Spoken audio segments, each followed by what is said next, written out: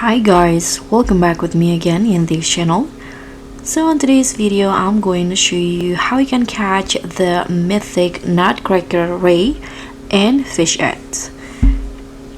So the Mythic Nutcracker ray is the ultimate trophy for a Fish It holiday event, and here I'm going to break down where to catch this mythic fish on the Christmas island.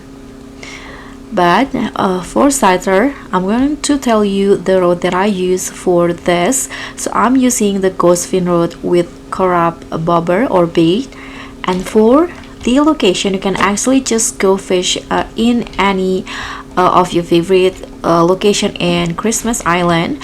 But for me, I got the fish in here, so I cross this and I do it in here, and with only 3 catch I got that nutcracker, that mythic nutcracker ray. So I hope this also worked for you. Thank you so much for watching. Don't forget to like, comment and subscribe. Also click on the thanks. I'll see you in the next one.